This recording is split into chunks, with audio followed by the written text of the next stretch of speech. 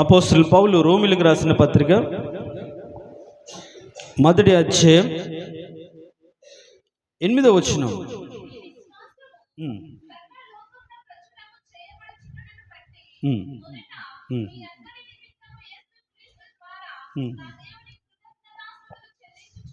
చాలా దేవుడి ఈ వాక్యము ద్వారా మనతో మాట్లాడును గాక. మీ విశ్వాసము సర్వలోకమున ప్రచురము చేయబడుటను బట్టి అనే మాట పోయిన వారం మనం దాంట్లో ఉన్నటువంటి కొన్ని మాటలు ధ్యానం చేశాం.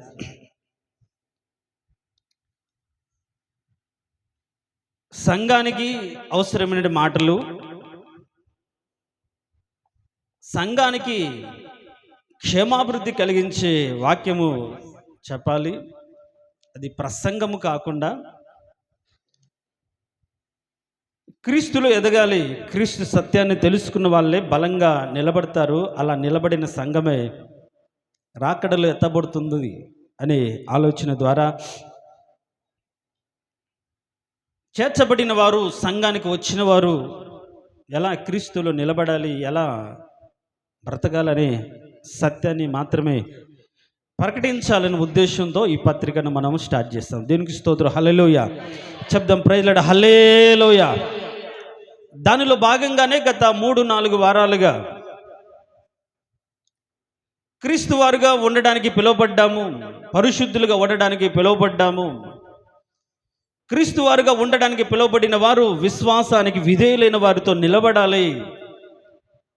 మన విశ్వాసానికి కలిగే పరీక్షలో నిలబడాలి, శోధనలో నిలబడాలి, శ్రమలో నిలబడాలి.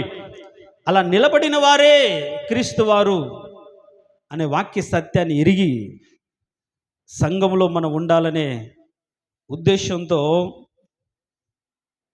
నా ప్రయత్నాన్ని నేను చేస్తున్నాను. దీనికి స్తోత్రం. హల్లెలూయా. ఇంకొక అతి ప్రాముఖ్యమైన మాట, ఈ లోకానికి మనం ఎవరో ఎలా చెప్పాలి? మనం వేసుకున్న డ్రెస్సును బట్టి, మనం కట్టుకున్నటువంటి ఇంటిని బట్టి, మనం బ్రతుకుతున్న కాస్ట్లీ లివింగ్ని బట్టి కాదు, మనం కలిగిన విశ్వాసాన్ని బట్టి మనం చెప్పాలి. దేనికి స్తోత్రం. హల్లెలూయా చెప్దాం. Praise lord. హల్లెలూయా. ఈ రోజుల్లో విశ్వాసము అనే దానికి డెఫినేషన్ కావచ్చు, విశ్వాసులు అనే దానికి అర్థం మారిపోతుంది. విశ్వాసులు అనగానే నమ్మకం ఉంటే చాలు, మందిరానికి వస్తే చాలు అనే ఒక నామకార్థమైన భక్తిలోకి వెళ్ళేవాళ్ళు ఒక రకమైతే,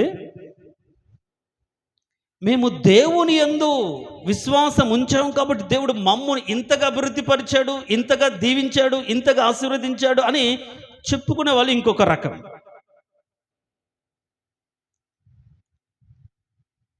లోకంలో వాళ్ళు ఘనముగా కనిపించడానికి దేవుణ్ణి వాడుకుంటున్న రకం వీళ్ళు. అందుకనే లోకంలో మంచి హోదా ఉన్న వాళ్ళు సంఘంలో కూడా వాళ్ళ హోదాకు తగ్గట్టు ఒక స్థానం కోరుకుంటుంటారు, కనిపించాలి కదా అందరికీ అని. అయితే దేవుడు అలాంటి మనుషులకు కనిపించి గొప్పవారు అనిపించుకునే విశ్వాసం కలిగి ఉన్న వారిగా మనం లోకానికి కనిపించాలని కోరుకోవట్లే. పోయిన వారం మనం చెప్పుకున్నాం, మీ విశ్వాసం అందరికీ సర్వలోకమున ప్రచురం అవ్వాలి, అందరికీ తెలియబడాలి, అందరూ చెప్పుకోవాలి. ప్రచురం అవ్వాలంటే చెప్పుకోవాలి. ఈ మాటను పోయిన వారం ధ్యానం చేస్తూ సాక్ష్యాలు చెప్పేవారి జీవితాల్లో ఆ రోజు జరిగించిన క్రియలను బట్టి దేవుడు తప్పించాడు, విడిపించాడు, బలపరిచాడు అనేది మాత్రం కాదు, శ్రమలను జయించిన వారి జీవితాల్లో శ్రమను తట్టుకొని నిలబడ్డం అని మాత్రమే కాదు, అది విశ్వాసంలో ఒక భాగము. పేతురు అంటాడు, ఆ స్టేట్మెంట్ చదివితే మనకు అసలు ఆశ్చర్యం వస్తుంది. మీకు అగ్ని వంటి మహాశ్రమలు సంభవించినప్పుడు మీకేదో వింత జరుగుతున్నట్లుగా ఆశ్చర్యపడమాకండి అంటాడు. ఏంటంట? అగ్ని వంటి మహాశ్రమ అంటే నిలువున కాలిపోయినా, బూడిదైనా దాని అది ఒక వింతగా ఫీల్ అవ్వమాకండి. శ్రమలు విశ్వాసులకు సహజం అన్నట్లుగా ఆయన చెప్పాడు. అవునా కాదా?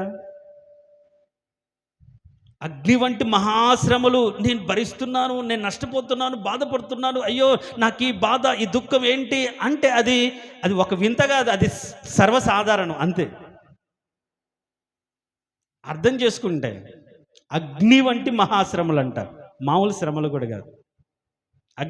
అగ్ని వస్తే ఏం చేస్తుంది? ఒక ఇంటి మీద అగ్ని పడితే బూడిద చేస్తుంది, ఏమీ మిగలదు అంతే. అంటే మనం నిట్ట నిలువన కరిగిపోయినా, బూడిదైనా అది పెద్ద వింత కాదు అన్నట్టు చెప్తా ఉంటాడు. అందుకనే యేసు ప్రభు కూడా లోకంలో మీకు శ్రమ కలుగును అన్నాడా, లేకుంటే మీకు దీవెనలు కలుగును అన్నాడా? లోకంలో మీకు శ్రమ కలుగును కాబట్టి మీరేం కలిగి ఉండాలి? ధైర్యం తెచ్చుకోవాలని చెప్పాడు.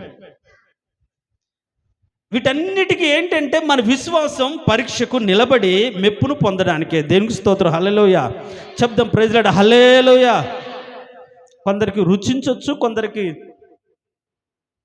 అభివృద్ధి గురించి చెప్పడు రవి, ఆశీర్వాదం గురించి చెప్పడు రవి, ఎప్పుడు ప్రవర్తన కాపాడుకోవాలి, పరిశుద్ధత నిలుపుకోవాలి, నీతిగా బతకాలి, నీతిగా బతుకుతూ ఏం దొరుకుతుంది అనే వాళ్ళు ఉన్నా అనుకున్నా నాకు అభ్యంతరం లేదు. ఎందుకంటే దేవుని ఎదుట నిలబడాలి మనం, మనుషుల ఎదుట కాదు. దేవునికి స్తోత్రం, హల్లెలూయా.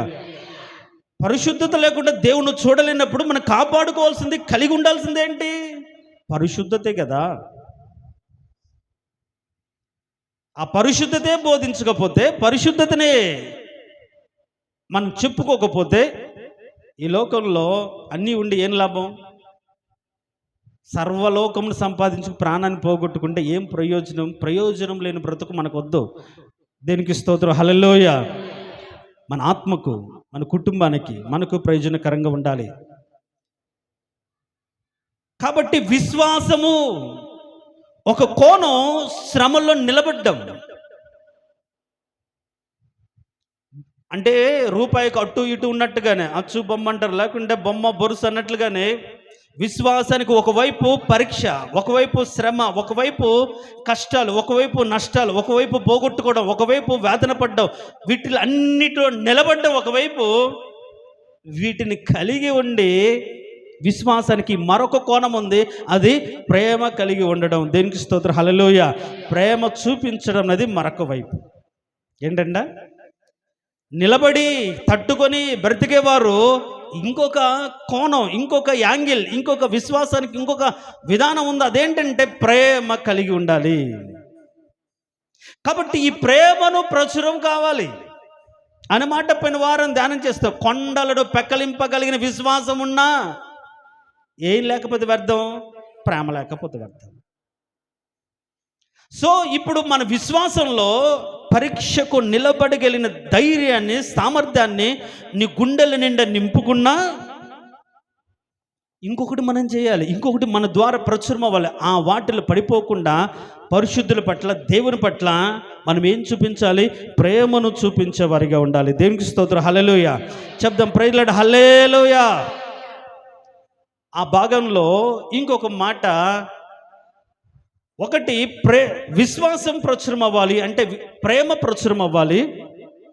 రెండవది పోయిన వారం దాతృత్వం, దేవుని పని నిమిత్తం ఇచ్చేది తెలియబడాలి అనే విషయాన్ని పోయిన వారం ధ్యానం చేస్తాం. ఇప్పుడు ఈ వారం ఇంకేం తెలియబడాలి? అందరికీ ఏం తెలియాలి నీ విశ్వాసం ద్వారా అంటే ఈ మాట చూద్దాం. చూడండి, అపోస్తలుడు పౌలు తిమోతికి రాసిన 2వ పత్రిక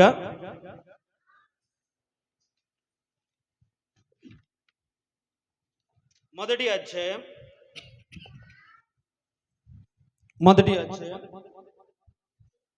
18వ వచనం.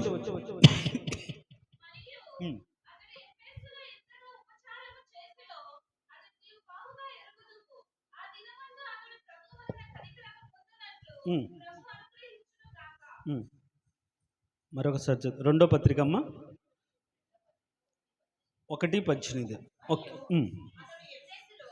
అతడు ఎఫెసులో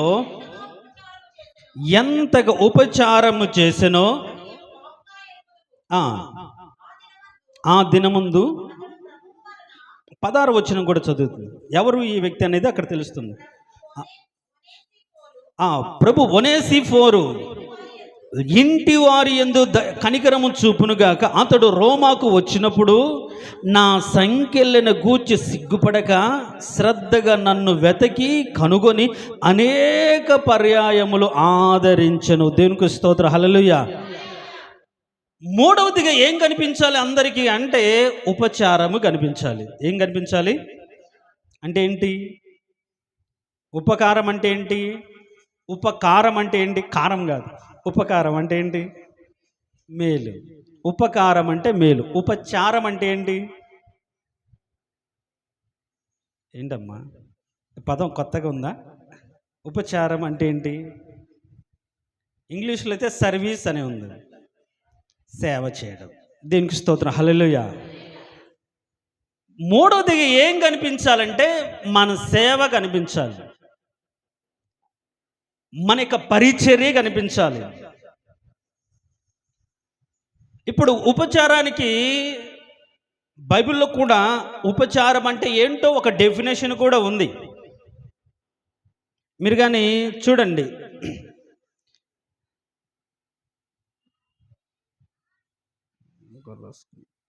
లూకాసు వార్త 8వ అధ్యాయం, లూకాసు వార్త 8వ అధ్యాయం 3వ వచనం.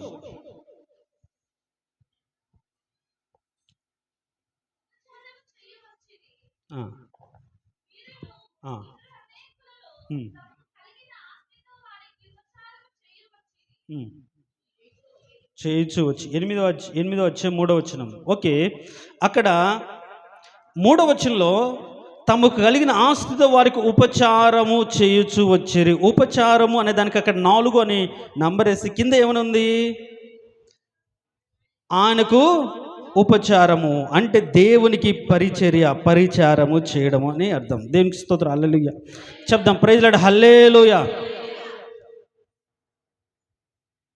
దేవుని పరిచర్య చేయడం అందరికీ కనిపించాలి. దేవునికి పరిచర్య, దేవుని పరిచర్య, దేవుని సేవ చేయడము ఏంటంట? దేవుని పని చేయడము, దేవుని సేవ చేయడం అందరికీ కనిపించాలి. పిల్లలు కూర్చోవాలి. ఇంకా మీరు తిరుగుతుంటే మీ పేరెంట్స్ మీ వైపే చూస్తున్నారు. కూర్చోబెట్టాలి. దేనికి స్తోత్ర. హల్లెలూయా.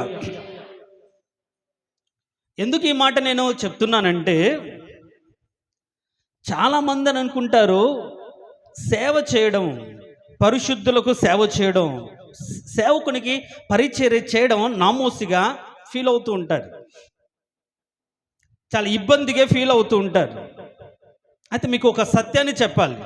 అదేంటి అంటే, దేవుని యొక్క తీర్పులో, ఎక్కడ?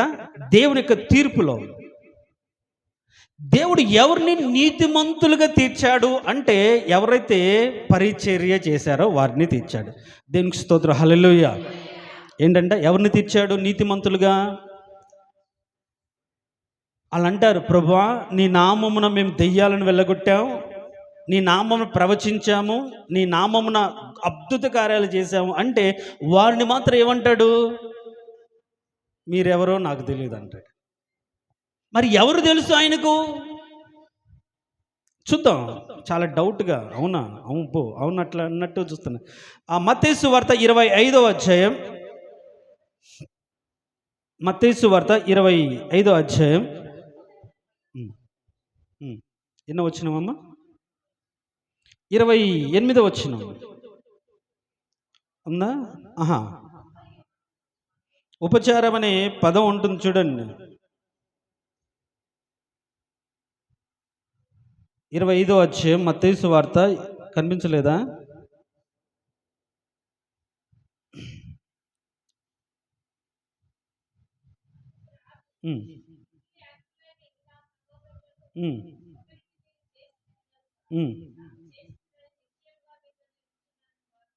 ఓకే.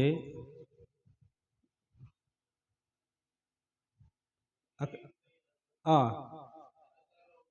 ఆ! ఆ! యెస్. ఎన్నో వచనం బాబాయ్ అది? 44 యెస్. ఆ! ఆ! ఇప్పుడు మనం ఆ కంటెంట్, ఆ పదం మర్చిపోకూడదు. చూడండి 44 వచనం. అందుకు వారు ప్రభువా, మేమెప్పుడు నీవు ఆకలిగొని ఉండుటను అయినను, దప్పిగొని ఉండుటైనను, పరిదయసేని ఉండుటైనను, దిగంబరివై ఉండుటను, రోగివై ఉండుటను, సెరసాలు ఉండుటను చూచి నీకు ఉపచారము చేయకపోతిమని ఆయనను అడిగెను. అంటే ఉపచారం అంటే సేవ. అంటున్నారు, మేమెప్పుడు నీకు ఉపచారం చేయలేదు. అసలు నువ్వు మా ఇంటికి ఎప్పుడొచ్చావు? నువ్వు ఎప్పుడు దాహంగా ఉన్నావు? ఎప్పుడు ఆకలిగా ఉన్నావు? ఎప్పుడు చెరసాల్లో ఉన్నావు? అంటే అప్పుడు అంటాడు 45వ వచనంలో, మిక్కిలి అల్పులైన వీరిలో ఒకనికైనను మీరు అలాగూ చేయలేదు గనుక నాకు చేయలేదు. దేనికి స్తోత్రం, హల్లెలూయా. అంటే ఆయన కుడి పక్కనున్న నీతిమంతులతో చెప్పిన మాట ఇది. సారీ, ఎడం పక్క ఉన్నటువంటి వ్యక్తులతో చెప్పిన మాట. కుడి పక్క ఉన్న వారితో అక్కడ చెప్తాడు, ఆశీర్వదించబడిన వారని 34 వచనం. అప్పుడు రాజు తన కుడి వైపునున్న వారిని చూసి, తండ్రి చేత ఆశీర్వదించబడిన వారులారా, లోకం పుట్టిన మొదలుకొని మీ కొరకు సిద్ధపరిచి రాజ్యంను స్వతంత్రించుకొనిడి. నేను ఆకలి కొంటిని, మీరు నాకు భోజనం పెట్టితిరి, దప్పి కొంటిరి, నాకు దాహం ఇచ్చితిరి అని కుడివైపు ఉన్న వారితో చెప్పాడు. వాళ్ళు అడుగుతారు. వాళ్ళు అడిగినప్పుడు ఏమంటాడంటే 40 వచనంలో కూడా, అల్పులైన నా సహోదరికి మీరు చేశారు కాబట్టి నాకు కూడా మీరు చేశారని 40 వచనంలో క్లారిటీ ఇస్తారు. దేవునికి స్తోత్రం, హల్లెలూయా. వీటన్నిటిని బట్టి మనకు తేలుతున్న ఫలితార్థం ఏంటంటే ఉపచారము. మనం చేసే పని రేపు లెక్కలో నిలబడుతుంది. సో నువ్వు దేవుని కొరకు, దేవుని నిమిత్తం చేస్తున్న పని, ఆ సేవ దేవుడు గుర్తిస్తాడు. దానిని బట్టే నీవు మంచివాడివా, కుడివైపున ఎడవైపున ఉన్నవాడిగా దేవుడు తేల్చిపడేస్తాడు. అంటే విశ్వాసము కలిగిన వాడు ఎదుటి వారికి ఏం చేయాలంటే ఉపచారము చేయాలి. తనకు చేతనైన సేవ, సర్వీస్ అనేది ఎదుటి వారికి చేయాలి. దేవునికి స్తోత్రం, హల్లెలూయా. చెప్దాం, ప్రైజ్ లార్డ్, హల్లెలూయా. మనం ఆయన నామం నిమిత్తం ఎన్నైనా చేయొచ్చు, కానీ దేవుని చిత్తాన్ని ఎరగకుండా, దేవుని యొక్క ఉద్దేశాన్ని తెలుసుకోకుండా జీవితకాలం ఊరిక బ్రతకమాకండి. వ్యర్థంగా భక్తి చేయమాకండి. ఈ ఉపచారం అనేది దేవుడు తీర్పులోకి వచ్చినప్పుడు గమనించే ఒక అంశం. నీ ప్రక్క వారికి బాధలు ఉన్నప్పుడు, కష్టాలు ఉన్నప్పటికీ వారికి చేస్తే నువ్వు ఎవరికి చేసినట్టు? దేవునికి చేసినట్లే లెక్క అని అంటున్నప్పుడు, నీకు చేతనైన సహాయం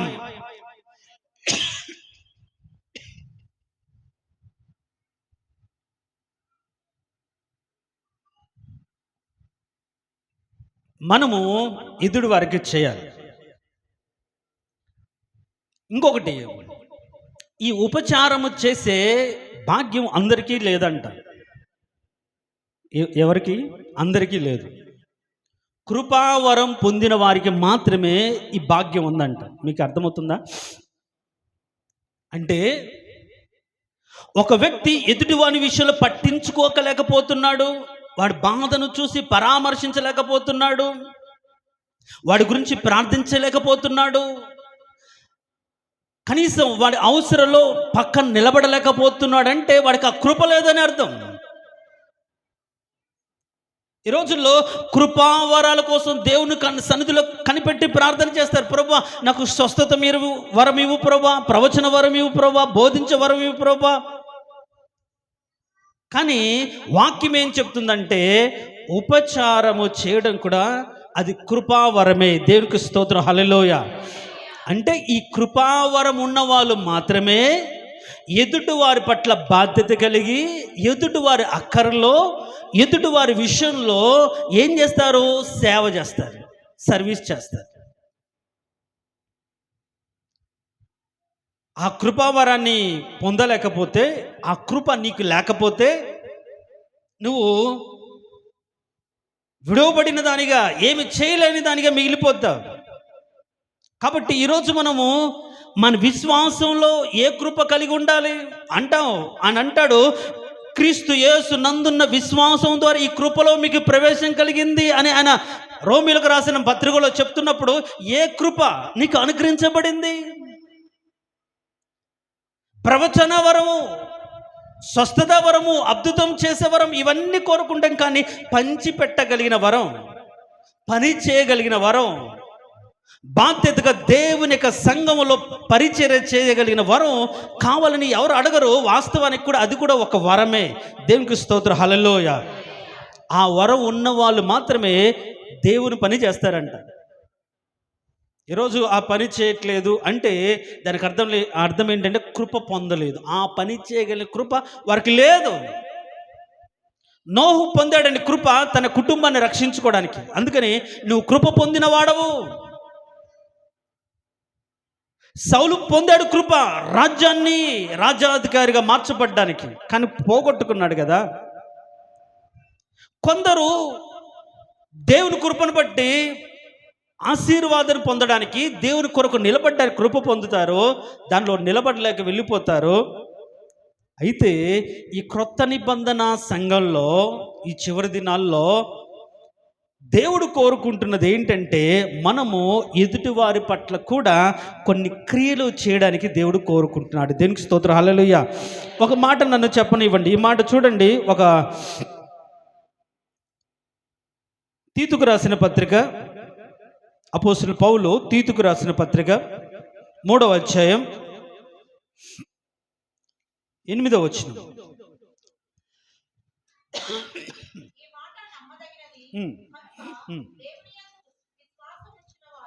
దేవుని యందు విశ్వాసముంచిన వారు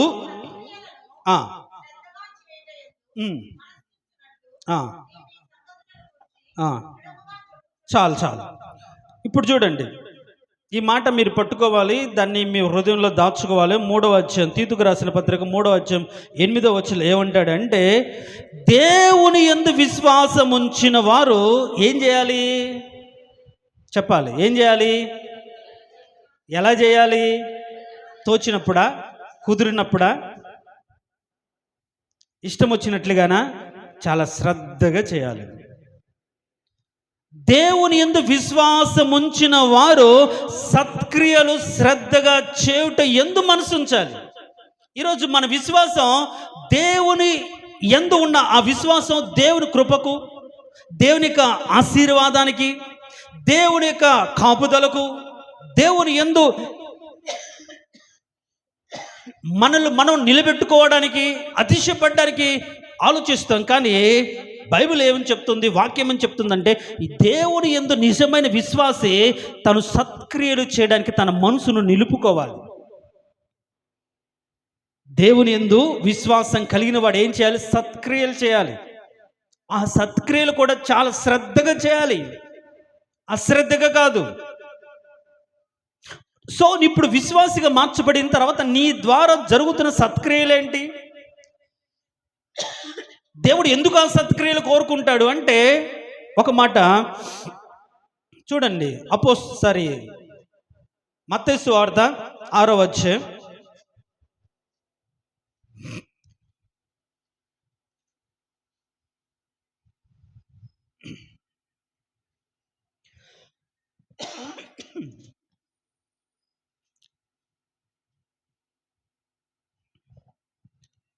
6వ అధ్యాయం ఏమని ఉందంటే, 6వ అధ్యాయం, మీ సత్క్రియలు చూసి పరమందున్న తండ్రిని మహిమపరచునట్లుగా వారి ఎదుట మీ సత్క్రియలను కనపరచుడి.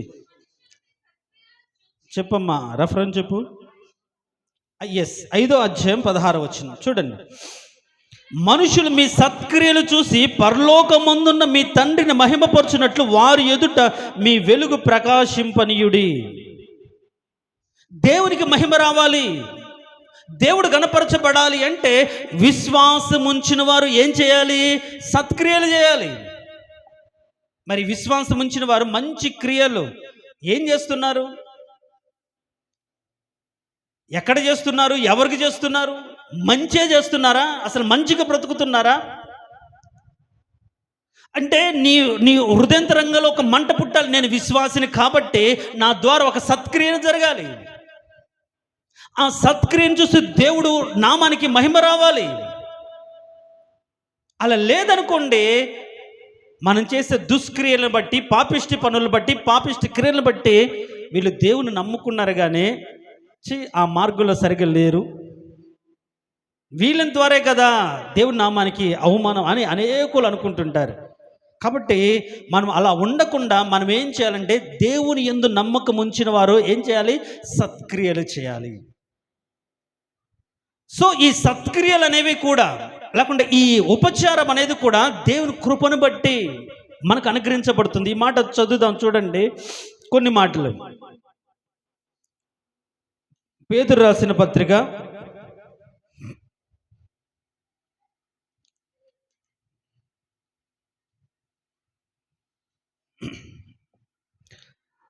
1 పేతురు రాసిన మొదటి పత్రిక 4వ అధ్యాయం 10వ వచనం. పేతురు రాసిన మొదటి పత్రిక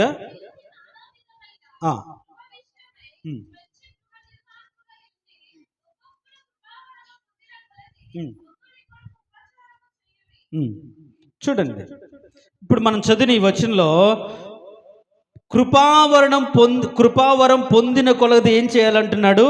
ఉపచారం చేయాలి అంటున్నాడు. సరే, ఎబ్రీలకు రాసిన పత్రిక ఇంకొక మాట చూడండి. ఎబ్రీలకు రాసిన పత్రిక, లేకుంటే రోమిలకు రాసిన పత్రిక 12వ అధ్యాయం. రోమిలకు రాసిన పత్రిక 12వ అధ్యాయం 6వ వచనం. మనకు అనుగ్రహించబడిన కృప చొప్పున వేర్వేరు కృపావరములు కలిగిన వారమై ఉన్నాము గనుక, ప్రవచన వరమైతే ఆ విశ్వాస పరిమాణము చొప్పున, పరిచర్య అయితే పరిచర్యలోను, బోధించువాడైతే బోధించుటలోను, హెచ్చరించువాడైతే హెచ్చరించుటలోను పని కలిగి ఉందుము. శుద్ధ మనసుతోను పై విచారణ చేయవాడు జాగ్రత్తతోను. చాలు, చూడండి, మనం ఇక్కడ చదివిన వీటన్నిటిలో కూడా పంచిపెట్టడము, పరిచర్య చేయడం అనేది దేవుడి యొక్క కృపావరం అంట. కృపావరాలు. ఈ లోకంలో చాలామంది పరిచర్య చేసే కృపావరాన్ని ఇష్టపడట్లేదు. కానీ వాక్యం ఏం చెప్తుందంటే, అలా పరిచర్య చేసే కృపావరం కలిగిన వారిని ఘనతకు పాత్రులుగా చేస్తున్నారు. చూడండి,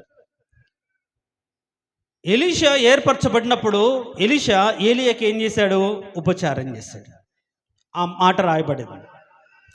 పేతురు అత్త జ్వరంతో ఉన్నప్పుడు యేసు ప్రభు ఆమె దగ్గరికి వచ్చి గద్దించినప్పుడు లేచి జ్వరం తగ్గిపోయిన తర్వాత ఏం చేసింది? ఆమె దేవునికి ఉపచారం చేసింది. తర్వాత తన తమ్ముడు చనిపోయి తిరిగి లేచిన తర్వాత విందు చేస్తున్న ఇంట ప్రభు కూర్చున్నప్పుడు మార్త ప్రభువునకు ఉపచారం చేస్తుంది. అట్లా మీరు కానీ బైబిల్లో గమనిస్తే, ఎవరైతే సత్క్రియలు, ఉపచారం, సేవ, దేవుని పని, పరిశుద్ధుల పట్ల, దేవుని పట్ల, సంఘం పట్ల చేయబడిన సత్క్రియలు, ఉపచారం అనే సేవ అన్ని చోట్ల గుర్తించబడింది. దేవుడు దాన్ని గుర్తించాడు. మనుషులు గుర్తించాల్సిన అవసరం లేదు. దేవుడు గుర్తించాలి. ఆ రోజు ఇదిగో నా కోసం ఆ రోజు ఈ పని చేసావు అని చెప్పగలిగిన స్థితిలో, ప్రకటించగలిగిన స్థితిలో నీ విశ్వాసం ఉండాలి. విశ్వాసం అంటే కేవలం దేవుడు జరిగించే క్రియల గురించి నువ్వు గొప్పగా చెప్పుకోవడం కాదు, కానీ సంఘంలో నీవు పని, దేవుని పని కూడా నువ్వు చేయగలిగి ఉండడం. దేవునికి స్తోత్రం, హల్లెలూయా. అయితే ఈ పని దేవుని కృపావరం వలన మాత్రమే, కృప పొందిన వారు మాత్రమే చేస్తారు. కొందరు చేయట్లేదంటే ఆ కృప వాడికి లేదు అని అర్థం. కొందరు మందిర విషయంలో పట్టనట్టు ఉన్నారంటే వారికి ఆ కృప లేదు. కొందరు పరిచర్య విషయంలో పట్టనట్టు ఉన్నారంటే వాళ్ళకి ఆ కృప లేదు. నాకెందుకులే అనుకున్నట్లుగా వాళ్ళు ఉంటున్నారు కాబట్టి దేవుడు వారికి ఆ కృపనివ్వలేదు. ఎవరితో కృప పొందిన వారు పరిచర్య, ఆ ధర్మాన్ని కొనసాగిస్తారు. వాళ్ళకి అప్పచెప్పిన ఏ పని అయినా సరే నమ్మకంగా చేయగలుగుతారు. కాబట్టి సంఘంలో నీ విశ్వాసాన్ని బట్టి నీవు పరిచర్య చేయాలి, ఉపచారము చేయాలి. ప్రభు అయిన యేసుక్రీస్తు కూడా ఈ లోకానికి వచ్చింది ఏంటంటే పరిచర్య చేయించుకోవడానికి కాదు, కానీ ఆయన పరిచారం చేయడానికి వచ్చాడని చెప్పాడు. దేవునికి స్తోత్రం, హల్లెలూయా, స్తోత్రం, ప్రైజ్ లార్డ్, హల్లెలూయా. కాబట్టి మనకు అప్పచెప్పిన పని నమ్మకంగా చేయగలిగిన స్థితిలోకి మనము రావాలి. దేవునికి స్తోత్రం, హల్లెలూయా. వీటన్నిటిని బట్టి మనకు అర్థమవుతున్నటువంటి ఆలోచన ఒకటే, మందిరానికి వచ్చిన తర్వాత మనకు అప్పచెప్పిన పని మనము చేయాలి. అయితే మనం చదువుకున్న మూలవాక్యంలో తిమోతికి రాసిన పత్రికలో ఇప్పుడు ఈ ఒనేసిఫోరు అనే వ్యక్తి ఏం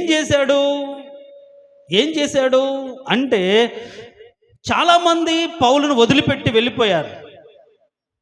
ఈయన పరిచర్యలు ఉంటున్నప్పుడు ఒకనొక సమయంలో రోమాకు వచ్చినప్పుడు ఆయన సంఖ్యలలో ఉన్నప్పుడు ఈ ఒనేసిఫోరు అనే వాళ్ళు, ఆ కుటుంబం ఆయన్ను, ఆ దైవ సేవకుని వదిలిపెట్టలే.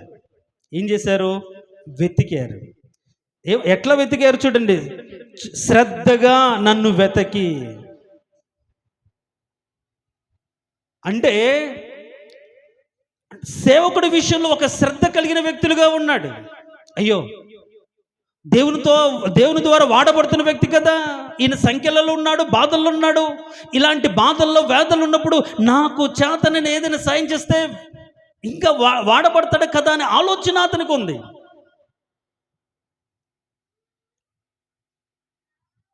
మరి సేవకుడి విషయంలో మనం ఎలా ఉన్నాం?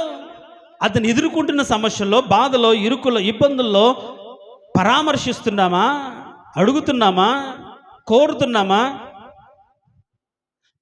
నా కోసం కదా ఇంతగా ప్రయాసపడుతున్నాడు, దేవుని యొక్క చిత్తాన్ని, దేవుని యొక్క ఉద్దేశాన్ని, దేవుని యొక్క మార్గాన్ని తెలియజేస్తూ ఆ మార్గంలో నడిపించడానికి అహర్నిశలు కష్టపడుతూ ప్రయాసపడుతున్న వాడి విషయంలో మనం ఏ విధంగా శ్రద్ధ కలిగి ఉన్నాం? ఒనేసిఫోరు వ్యక్తి విషయంలో తిమోతికి చెప్తున్నాడు, అతడు నా విషయంలో శ్రద్ధ కలిగిన వాడు. పరిచర్య జరగాలి అంటే మనం వచ్చి వినడం కాదు, సేవకుని మనం గమనించాలి. సేవ చేసే వారి యొక్క ఇరుకులను, ఇబ్బందులను మనం గమనించాలి. కొన్ని చోట్ల మనం సహాయపడాలి, కొన్ని విషయాల్లో మనం అడ్డుపడాలి, కొన్నిసార్లు గంపలో దించాలి కిందికి. కొరింథీ సంఘంలో పౌలును ఏం చేశారు? వాళ్ళు చంపాలనుకున్నప్పుడు ఆయన గంపలో ఉంచి కోట గోడ మీద నుంచి కిందికి దింపారు. అట్లా కాపాడేవారు ఉండాలి. అంటే సేవకుని యొక్క భారాన్ని మోయగలిగిన వారిగా ఉండాలి. దేవునికి స్తోత్రం, హల్లెలూయా. ఏంటంటే సేవకుని యొక్క భారం, అప్పుడే అందరు కాపాడబడతారండి. మోసే చేతులు ఎత్తినప్పుడు మాత్రం విజయం. ఒక్క నిమిషం అట్లా చేయి దించితే కొన్ని లక్షల మంది చనిపోతున్నారు. అప్పుడు ఏం చేశారు? అహరోను ఏం చేశారు? వెంటనే వెళ్ళి ఆయన భుజాలను ఎత్తి పట్టుకొని అటు ఇటుగా అడ్డుగా ఆపుగా కూర్చున్నారు. ఆదుకునే వాళ్ళు, మోయగలిగిన వారు. మనం ఇచ్చేది ఇస్తాం, ఇస్తే సరిపోతుందా? మరి పని ఎవరు చేయాలి? పరిచర్య ఎవరు జరగాలి? సంఘంలో ఇచ్చి వదిలేసుకొని వెళ్ళిపోవడం కాదు. ఒకవేళ మనం ఏదైనా కావాలి సంఘ పరిచయ నిమిత్తం అంటే ఒకవేళ మనం గొప్పగా ఇచ్చామేమో, కానీ చేసేవాళ్ళు ఎక్కడ? ఆ పని జరిగించే వాళ్ళు ఎక్కడ? కాబట్టి ఇవ్వడం ఎంత ముఖ్యమో దేవుని సన్నిధిలో ఉండి ఆ పని చేయడం అంత ముఖ్యం. దేవునికి స్తోత్రం, హల్లెలూయా. కాబట్టి దేవుని సంఘంలో చేర్చబడిన మనం ఏదో ఒక పని, మనకు అప్పచెప్పబడిన పని నమ్మకం చేయాలి. అందుకని ఇక్కడ పంచిపెట్టేవాడు, బోధించేవాడు, అప్పచెప్పేవాడు, గద్దించేవాడు, హెచ్చరించేవాడు, అది అన్ని రకరకాల పనులు, ఒక పని కాదు. దేవుడు నీకు ఏ కృపనిచ్చాడు? ఆ కృపను మనం కోల్పోకుండా దేవుని సన్నిధిలో ఆ పని చేయాలి, ఆ ఉపచారం నువ్వు చేయగలగాలి. పౌలుకు ఈ ఒనేసిఫోరు అనే వ్యక్తి ఏం చేస్తే ఉపచారం చేశాడు. తను సంఖ్యలలో ఉన్నప్పుడు ఏం చేశాడు? వెతుక్కుంటూ వెళ్ళి ఉన్న వాళ్ళే వదిలిపోయారు. ఆ పైన మనం చదువుతాం, అక్కడ ఎవరు? ఆసియాలో ఉన్న వారందరిని విడిచిపోయిరి. సేవకునితో నడవాలి అంటే టైంకి భోజనం ఉండదు, తిండి తిప్పలు ఉండవు. ఎక్కడికైనా ప్రార్థనలకు వెళ్ళామనుకోండి, అంత త్వరగా భోజనాలు ఉండవు, ఏముండవు. అంతసేపు ఉండాల్సిందే ఉపవాస ప్రార్థనలు కాదు, ఇంకొకటి కావచ్చు. తింటే తినాలి లేకుండా లేదు, ఉంటే ఉండాలి లేకుండా లేదు. అట్లా ఆయన వెంబడించే వాళ్ళు చాలా కష్టమైపోతుంది. ఇంత వెళ్తే సార్ ఆయనకి టైంకి తిండి ఉండదు, ఆయనకేమి తిన్నా తినకపోయినా అట్లనే ఉండగలుగుతాడు, వాక్యం చెప్తాడు, అది ఆయన కడుపు నిండిపోయింది. మరి మాకు మేము అని పౌలును వదిలిపెట్టిపోయారు. ఏం జరిగిందో మనకు తెలియదు, పౌలును వదిలిపెట్టి వెళ్ళిపోయారు. అయితే ఈ ఒనేసిఫోరు అనే కుటుంబం ఏం చేసిందంటే ఆయన వెతుక్కుంటూ వెళ్ళి శ్రద్ధతో ఆయన కనుగొని ఒకసారి కాదు అనేక పర్యాయములో ఆదరించను. దేనికి స్తోత్రం, హల్లెలూయా. మన విశ్వాసం ఎదుటి వారిని ఆదరించాలి. అందుకనే ఒకరి విశ్వాసము చేత ఒకరు ఆదరించబడాలి అని తర్వాత మనం చెప్పుకుంటాం. సో ఇప్పుడు నీ ఉపచారం ద్వారా నీ పక్క వారు ఆదరించబడుతున్నారా? నీ ఇరుగు పొరుగు వారు ఆదరించబడుతున్నారా? అంటే నువ్వు చేసే పనిని బట్టి, సత్క్రియని బట్టి, ఇదిగో నాకు వీళ్ళు నా పక్కన ఉన్నారు, నా శ్రమలు నాకు తోడుగా ఉంటారు, నాకు వీళ్ళు బలపరిచే వారికి నాతో కూడా ఉన్నారనే ఒక నమ్మకాన్ని కలిగించే విధంగా నీ విశ్వాసం ఉందా? ఏ నమ్మకాన్ని కలిగించేవని నీతో పాటు నీ పక్కింటి వారి మందిరానికి రావాలి? ఏ క్రియ చేసావని, ఏ విషయంలో వాళ్ళకు తోడుగా ఉన్నావని, ఎక్కడ నువ్వు వారిని బలపరిచావని, ఎక్కడ నువ్వు ఆదరించావని, నీ గురించి వాళ్ళు ఇదిగో వీరిని బట్టి మేము ధైర్యంగా ఉన్నామని చెప్పగలిగిన స్థితిలో నువ్వు ఉండగలుగుతున్నావా? కనీసం మా ఇంటికి కూడా రాదమ్మా, మా ఇంటి వైపు కూడా చూడరు అనే మాట నీ గురించి ఉంటే వాళ్ళు నిన్ను ఎట్లా వెంబడిస్తారు? నీ దగ్గరికి ఎలా వస్తారు? నీ పట్ల ప్రేమను ఎలా కలిగి ఉంటారు? సంఘంలో ఒకరి పట్ల ఒకరికి ఏముండారంటే పరిచర్య, ఉపచారం చేసే మనసు రావాలి. దేవునికి స్తోత్రం, హల్లెలూయా. ఎవరికైనా బాగలేదనుకోండి, వెళ్ళి ఉండి వాళ్ళకి ఎవరైనా చేసేవాళ్ళు లేకపోతే మనమే తీసుకెళ్ళి ఒక ముద్ద పెట్టి చేతనైన సహాయం చేయగలగాలి. అది పరిశుద్ధుల పరిచర్య. తబిత చనిపోయింది, కానీ ఆమె ఉపచారం పొందిన వాళ్ళు ఊరుకున్నారా? పౌలు దగ్గరికి వచ్చి, ఎంత మేలు చేసిందయ్యా, ఎంతగా మాకు ఉపచారం చేసిందయ్యా అంటే వెంటనే పౌలు ఏం చేసి ఆమెను బతికించాడు. గమనించండి, విశ్వాసం అంటే కేవలం నమ్మడం కాదు, నువ్వు దాన్ని బట్టి క్రీస్తు కొరకు బ్రతకడం, క్రీస్తును కనిపించడం, అంటే క్రీస్తును ప్రచురపరచడం. కాబట్టి మన సంఘంలో మన మంచి పనులు ప్రచురం అవ్వాలి, మన ద్వారా మనం చేసే క్రియలు ప్రచురం అవ్వాలి. ఒకరి పట్ల ఒకరు ప్రేమ కలిగి ఉంటారు, ఒకరినొకరు తగ్గించుకొని ప్రేమించుకోగలుగుతారనే, అలా ఉపచారం చేయగలుగుతారనే ఆలోచన రావాలి. ఆ సంఘానికి వెళ్తే ఆదరించబడతాం. ఆ సంఘానికి వెళ్తే ఒకరినొకరు వదిలిపెట్టరమ్మా. కష్టాల్లో బాధలో వెన్నంటి ఉంటారు, ప్రేమ కలిగి ఉంటారు, మన బాధ పోయేంత వరకు ప్రార్థన చేస్తారు, మన అవసరాలు తీరుస్తారు, ఏ విధంగానే సహాయంగా ఉంటారనే ఆలోచన అనేకులం వచ్చినప్పుడే మన సంఘానికి ఎవరైనా రాగలుగుతారు. ఆ ఉపచారమే మనం చేయకపోతే ఎవరు వస్తారు? మాట చెప్తే కాదు కదా, చేతల్లో మనం చూపించాలి, మన ప్రేమను చేతల్లో కనపరచాలి. పోయిన వారం మనం దాతృత్వం ఇవ్వగలిగిన సామర్థ్యం కొలది ఇవ్వాలి, దేవునికి ఇవ్వాలి, దేవుని పని నిమిత్తం. అంత మాత్రం కాదు, మనం పని చేసే విషయంలో సిగ్గుపడకుండా శ్రద్ధగా ఆ పని చేయాలి. అప్పుడే దేవుడు తన తీర్పులో వారిని ఏం చేస్తాడంటే కుడివైపున కూర్చోబెడతాడు. కుడివైపున నువ్వు నాకు చేసావని చెప్పి పరలోకంలో ముందుగానే ఇక్కడ మనం ఎంతగా ఉపచారం చేస్తామో వారి కోసం దేవుడు అక్కడ అంతగా వారి కోసం ఏం చేస్తున్నాడు? రాజ్యాన్ని సిద్ధపరుస్తున్నాడు. కాబట్టి ఈరోజు మన విశ్వాసం ద్వారా మన సేవ, ఎదుటి వారి పట్ల ఉండే ప్రేమ ఏమవ్వాలంటే ప్రచురం అవ్వాలి. వారి పట్ల ఉన్న ద్వేషం, వారి పట్ల ఉన్న కుచితం, అసూయ, కుళ్ళు ఇవి కాదు ఎదుటి వారికి తెలియాల్సింది. ప్రేమ తెలియాలి, మన యొక్క ఉపచారం తెలియాలి. కాబట్టి అలా ఉపచారం చేసే వ్యక్తిగా నేను ఉంటున్నానా లేదా? నా పక్క వారికి నేను ఏమైనా ఉపచారం చేశానా, అంటే సహాయం చేశానా, పరిచర్య చేశానా, కష్టాలు వాళ్ళతో కూడా ఉన్నానా, ఆదుకున్నానా అనే ఆలోచన మన జీవితాలకు వస్తే అర్థమవుతుంది. ఇక మీదటైనా మనం బాధల్లో ఉన్న వారి ఇంటికి వెళ్ళి వారికి ఏం చేయాలి? ఉపచారం చేయాలి. కష్టాల్లో ఉన్న ఇంటికి వెళ్ళి మనం ఉపచారం చేయాలి. ఎవరైనా చనిపోయిన ఉన్నారు, వాళ్ళు తినరు, ఏం తినరు, మరి ఎలా వాళ్ళు? ఇరుగు పొరుగున్న వాళ్ళు ఏదో ఒకటి చేసుకొని ఇవన్నీ మామూలు అని చెప్పుకుంటూ వాళ్ళకు బుజ్జగించి ఆ టైంలో వాళ్ళకు ఓదార్చి కాస్త అన్నం పెట్టి ఆదరించి వాళ్ళు తిరిగి తేరుకునే విధంగా వారికి ఉపచారం చేయాలి. సమస్యలు ఉన్న వాళ్ళు, బాధలు ఉన్న వారికి మనం కూర్చొని వాళ్ళకు ఉపచారం చేయాలి. ఇది దేవుడు కోరుకుంటున్నది. అప్పుడు అలా చేస్తే నీ క్రియలు నేను ఎరుగుదును, నీవు నాకు ఉపచారం చేసేదివి అని చెప్పి దేవుడు ఒకరోజు నిన్ను ఘనపరుస్తాడు. దేవుడు కోరుకునే ఉపచారం, నీ పొరుగు వారిని నువ్వు ప్రేమించాలి. కాబట్టి ఈరోజు నీ విశ్వాసం ద్వారా ఏమి ప్రచురం అవ్వాలి? నీ సత్క్రియలు ప్రచురం అవ్వాలి. నువ్వు చేసే సేవ ప్రచురం అవ్వాలి. అది దైవ సేవకుడికి నువ్వు చేసే సేవ ప్రచురం అవ్వాలి. పరిశుద్ధులకు నువ్వు చేసే సేవ ప్రచురం అవ్వాలి. ఎవరికి నేను చేయను, ఎవరి కింద నేను చేయను అనుకుంటే దేవుడు ఒకరోజు నేను కూడా నీకు ఏం చేయను, నువ్వు ఎవరికి ఏం చేసేవారు నీకు చేయాలని అంటాడు. అందుకని పోయిన వారం అని చెప్పుకున్నాం, నీళ్లు పోసిన వానికి ఏం చేయబడుతుంది? నీళ్లు పోయబడును. మనము చేస్తే మనకు చేయబడుతుంది. ఏంటంట? మనము చేస్తే ఏదైనా మనకు చేయబడుతుంది. కాబట్టి ఈరోజు ఒనేసిఫోర్ లాగా ఉపచారం చేసేవారిగా మనం ఉండాలి. దేవుడు అలాంటి కృప అందరికీ దయచేయునుగాక. తలలు వంచండి, ప్రార్థన చేసుకుందాం. తలలు వంచిన మనం, ప్రియ దేవుని సంగమా, ఇప్పటి వరకు నీవు శ్రమల్లో నీ విశ్వాసాన్ని కాపాడుకున్నావు, శ్రమల్లో నిలబడ్డావు, నీకు ఎదురైన శ్రమల్లో నిలబడ్డావు. పరిశుద్ధులకు పరిచర్య చేసే విశ్వాసం నీకు ఉండాలి.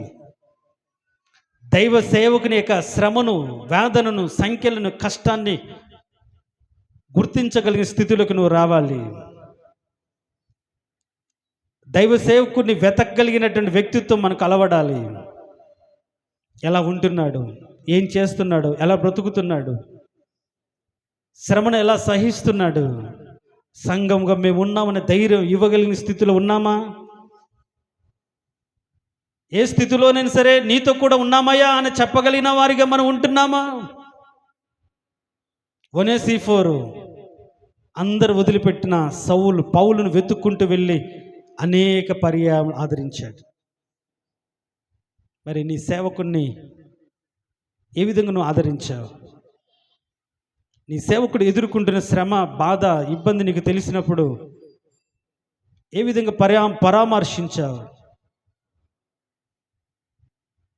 నీ సేవకుడి యొక్క భార్య విషయంలో సతమతం అవుతూ ఉంటే, కుటుంబ విషయంలో సతమతం అవుతూ ఉంటే, మానసికంగా కృంగిపోతూ ఉంటే, ఉద్యోగము, సంఘము, కుటుంబము అనే వేదనల కింద బాధపడుతూ ఉంటున్నప్పుడు ఏ రోజైనా ఆయన గురించి నువ్వు ఆలోచించావా? ప్రార్థన చేసే వాళ్ళు ఉన్నారు, కానీ శ్రద్ధగా వెతికి ధైర్యంగా ఉండయ్యా, మేము ఉన్నాం కదా, మేమందరం మీతో కూడా ఉన్నాం కదా, మేము మిమ్మల్ని వదిలిపెట్టాం అని ఆదరించగలిగిన ఉపచారం నువ్వు చేయగలిగావా? పరిశుద్ధులకు నువ్వు చేయగలిగావా? నీ తోటి వారికి నువ్వు చేయగలిగావా? దేవునికి చేయక, దైవ సేవకునికి చేయక, పొరుగు వారికి చేయక, ఎవరికి నువ్వు సేవ చేసావని దేవుడు మెచ్చాలి నిన్ను? నీకు, నీ పొట్టకు, నీ కుటుంబానికా? నీవు నీ కుటుంబం బాగుంటే సరిపోతుందా? అది స్వార్థపూరితమైనటువంటి భక్తి, దేవుడు మెచ్చడు.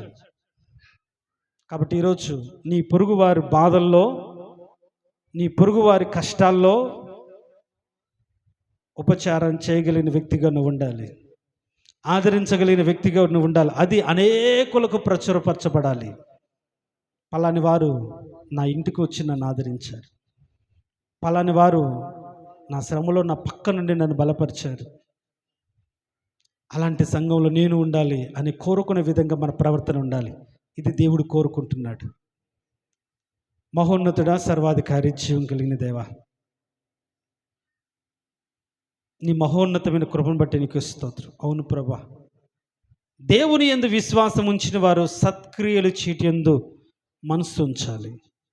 దానిని బట్టి మీరు మహిమపరచబడతారు. నిజమే, ఎవరి కష్టాలు, ఎవరి బాధలు, ఎవరి ఇబ్బందులు వాళ్ళవే కానీ వాటిల్లో నుంచి జయించి ఎదుటి వారి కష్టాలలో అండగా నిలబడడమే కదా ప్రభు విశ్వాసం. అలా నిలబడగలిగి ఆదరించగలిగిన ధైర్యం ప్రతి ఒక్కరికి కలగచేయండి. ఒనేసిఫోరు లాగా సేవకునికి పరిచర్య చేయగలిగి, ఉపచారం చేయగలిగి, శ్రద్ధతో వెతకగలిగిన వ్యక్తులను మీరు లేపండి ప్రభువా. సంఘానికి ఉపచారం చేయగలిగిన వ్యక్తులను మీరు లేపండి.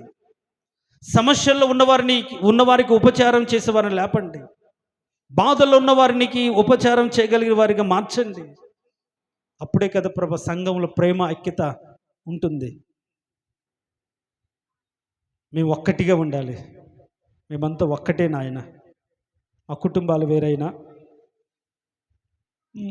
మా కులాలు మతాలు వేరైనా, మేము నీ రక్తంతో కడగబడిన ఏక సంఘము కదా నాయన. మేము ఒక్కటిగా ఉండాలి.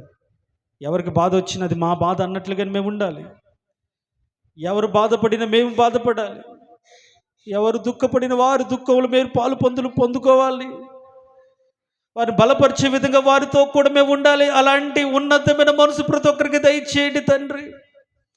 విశ్వాసం అంటే శ్రమలో నిలబడమే కాదు, ప్రేమతో ఎదుటి వారిని సహాయము చేయడమని, వారి అవసరతలను తీర్చడమని, వారి ప్రక్కన ఉండడము అని మేము ఎరిగి మా భక్తిని మేము మార్చుకొని ఒకరి పట్ల ఒకరికి ప్రేమ కలిగి, ఐక్యత కలిగి, సమాధానం కలిగి ఒక మంచి సంఘంగా మేము మార్చబడినట్లుగా నీ కృప ఉంచండి.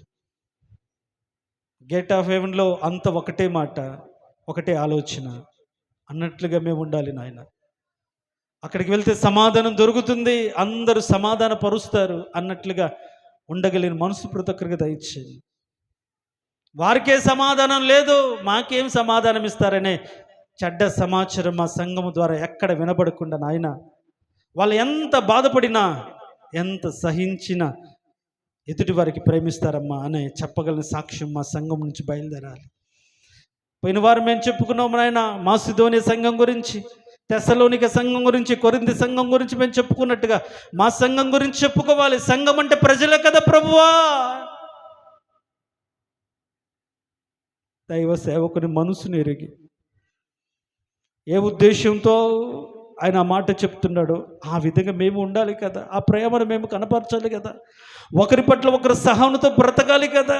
అదే కదా సంఘం అనే ఆలోచన నీ బిడ్డలకు నేర్పండి నాయన. నీ బిడ్డలు కలగచేయండి నాయన. ఏ స్థితిలో అయినా మేమంతా ఒక్కటే అనే ఆలోచన ప్రతి ఒక్కరికి నేర్పండి.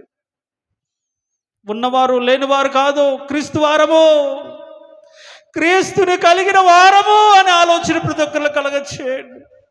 అప్పుడే మేము ఒక్కటే అనే ఆలోచన కలుగుతుంది. ఐక్యత వలనే శాశ్వత జీవం ఉంటుంది నాయన. మా సంఘం అలా ఉండాలని ఆశపడుతున్నాం. మా సంఘం ఒక్కటిగా ఉండాలి. ప్రేమలో ఒక్కటే, ఉపచారాలు ఒకటే, ఐక్యతలో ఒకటే, సమాధానం ఒకటే, ఏదైనా ఒకటే మాట, ఒకటే ప్రేమ. ఎందుకంటే ప్రభు ఒక్కడే, మేము కూడా నిన్ను కలిగిన మేమంతా ఒక్కటే అన్నట్టుగా మేము బ్రతకాలి. అలాంటి ఆలోచన ప్రతి ఒక్కరిలో కలగచేయండి ప్రభువా. విశ్వాసము అంటే ప్రేమను చూపించడం, విశ్వాసము అంటే దాతృత్వం కలిగి ఉండడం, విశ్వాసం అంటే పరిచర్య చేయడం. ఈ లక్షణాలు మాలోకి రావాలి నాయన. అలా ఉన్నప్పుడే సంఘం బాగుపడుతుంది, అభివృద్ధి చెందుతుంది. మా పక్క వారికి క్షేమాభివృద్ధి గురించి మేము ఆలోచన చేయగలుగుతాం, వారి గురించి మనస్ఫూర్తిగా ప్రార్థించగలుగుతాం. ఒకరినొకరు ప్రేమించుకొని, ఒకరి గురించి ఒకరు ప్రభు అర్థం చేసుకుని నీ సన్నిధిలో ఉపచారం చేయగల వ్యక్తులుగా ప్రతి ఒక్కరిని మీరు మార్చండి. భేదాభిప్రాయాలు తీసివేయండి, తారతమ్యాలు హెచ్చుతగ్గులు తొలగించండి. ఉన్నవాళ్ళు తగ్గించుకొని లేని వారితో కలిసిపోయే మంచి మనస్తత్వం కలగచేయండి. మీరు ధనవంతుడై ఉండి దరిద్రుడైనట్టుగా ఉన్నవారు కూడా ప్రభు లేని వారితో కలిసిపోయి ఒక్కటిగా మనమంతా ఒకటని ధైర్యం చెప్పగలిగిన స్థితిలోకి వారికి మంచి మనసు కలగచేయండి తండ్రి. మేమంతా ఒక్కటిగానే ఉండాలి. మా ద్వారా మా విశ్వాసం అంటే మా మంచి క్రియల లోకానికి ప్రచురం అవ్వాలి. మంచి సాక్ష్యం సంఘంలోంచి బయటికి రావాలి. ఖమ్మం పట్టణంలో పలాని సంఘం అంటే మంచి సాక్ష్యం కలిగిన సంఘంగా మార్చబడాలి నాయన. ఒక ప్రత్యేకమైన సంఘంగా మీరు మార్చండి. నీ ప్రేమలో, నీ కృపలో, నీ దయలో ఎదుగుతున్న సంఘంలా, ఆ ప్రేమను చూపుతున్న సంఘంగా మమ్మల్ని మార్చండి నాయన. అలాంటి గుర్తింపు ఈ లోకంలో మాకు కావాలి. అలాంటి గుర్తింపు మా సంఘానికి కావాలి ప్రభువా. మా సంఘస్థులు కావాలి. నీ కృపలో జ్ఞాపకం చేసుకుని అలాంటి విశ్వాసం ప్రచురం మేము చేసుకున్నట్లుగా నీ కృప చూపించి బలపరచు. యేసయ్య అతి శ్రేష్టమైన దివ్యమైన నామమును అడిగి వేడుకొంచున్నాము తండ్రి. ఆమేన్.